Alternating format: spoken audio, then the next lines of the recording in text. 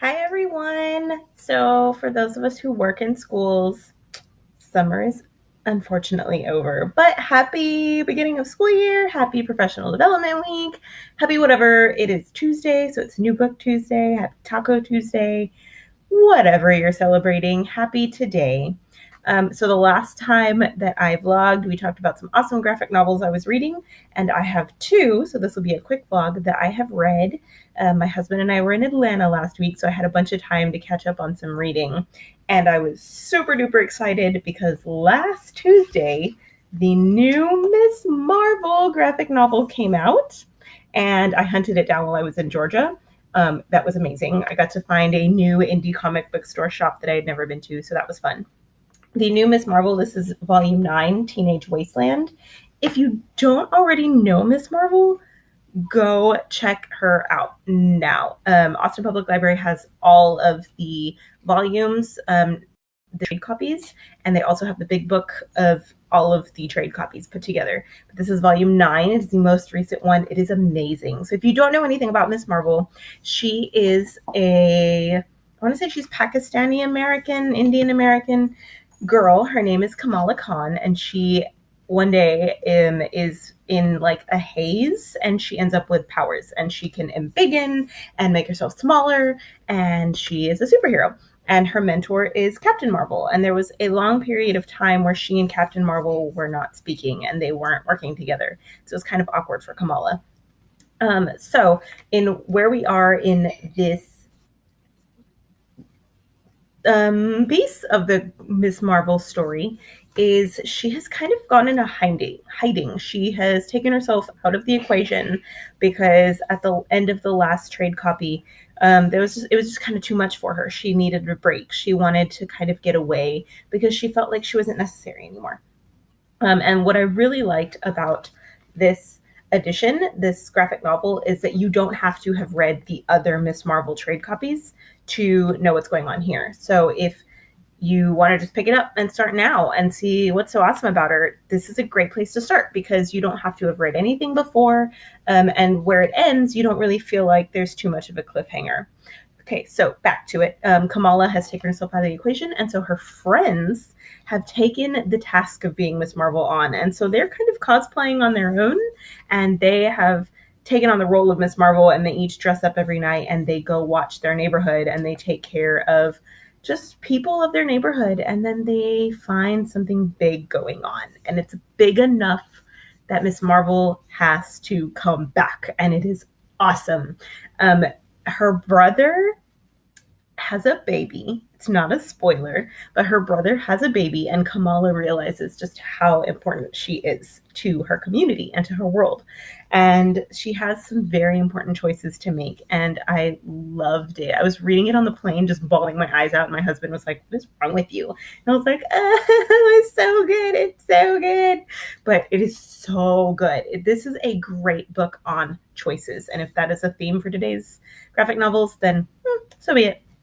So the other one I am going to talk to you about, this is volume 1. I talked about this in the last vlog of the Invincible Iron Man, IronHeart. And oh no, I didn't. I wanted to, but I didn't. This is a continuation of the Iron Man story. So in this timeline, in this part of whatever is going on in the Marvel universe, for those of us that didn't read all of the comics growing up, I didn't know what was going on. But this is volume 1 of the Invincible Iron Man, IronHeart story. And in this timeline, Tony Stark is in a coma, and he has downloaded his artificial intelligence of his mind to be a mentor for this girl. This is Riri Williams, and Riri has been, she is a super genius. Her family is always worried that she wasn't going to get the kind of nurturing that she needs to be a genius, and her mom is a double widow. Both of her husbands were killed, and Riri's best friend was killed by stray gunfire. And so she's kind of traumatized, and she kind of has to deal with that every time she is in a fight. Anytime there's guns around, she has flashbacks, and you learn more about her past. But in the first one, it is about Riri learning about her new role as a superhero and who she's going to be. And I mean, she's so real. It's like if you or I or some normal person were to suddenly be made into a superhero, you're like, whoa, what is this? I can fly. I can do things. I can fight bad guys. I want to be an Avenger. You want me to be an Avenger? Whoa. Like, she freaks out, and it's so cool. You're in her head. She shares her video journal. It's so good, and it is really, really beautiful. So if you can see that, that's one of the fights she's in, and this is her video journal that she shares. And it's a really, really cool. I was given a digital copy for the Maverick Graphic Novel Reading List Committee, and I loved it so much that I had to go buy the print copy. And I just read volume 2, and unfortunately, I already returned it to the Austin Public Library. So once again, shout out to the Austin Public Library. Thank you for helping me read volume 2 of the Invincible Iron Man IronHeart. Volume 2, the second trade copy in this series, is called Choices, where Riri has put herself in a situation where she has a lot of choices to make. She suddenly has all these offers from different people who want to help her. Tony Stark's mom and Pepper Potts want her to work in Tony Stark's lab at Stark Industries. And then suddenly MIT wants her to come work in their labs, and they want to help her. And these people called the Champions, who were kind of like younger Avengers, offer her a position, like, hey, do you want to be one of us? And she has all these things going on. You know, she's also a teenager. She's also a super genius. She's got a mom. She has a lot of things going on. And this story was just amazing because she does a really great job of showing that thought process of, well, if I do this and if I go this way, this could happen. And oops, I'm going to do this. So it was great. I'm loving these strong female characters in these comics right now that are so relatable. I love that they're both teenagers. I think if you are a librarian, these are definitely two characters you want in your library right now, and in your graphic novel collection. If you're a kid, read them. They're amazing.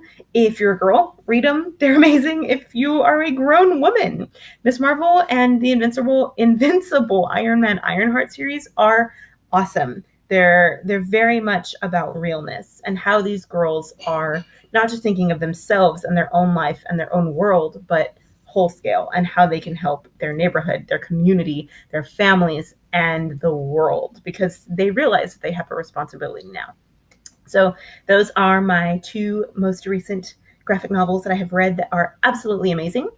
I also just finished Jay Kristoff's Nevernight, the first book in the Nevernight Chronicles, and I am also reading the second one right now, God's Grave. So good.